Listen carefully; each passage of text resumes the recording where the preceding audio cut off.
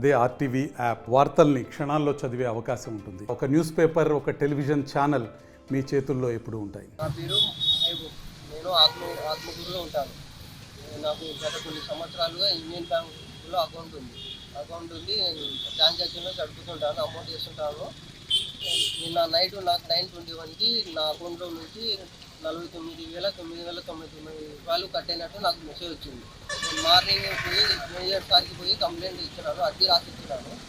Manager sir దగ్గరికి పోతే ఏదేదో లింకులు ఓపెన్ చేసి ఉంటారు, దానివల్ల మీ అకౌంట్లో కట్ అయింటాయి, మీ 99% వదులుకోండి, డబ్బులు అయితే రావని ఇచ్చినారు.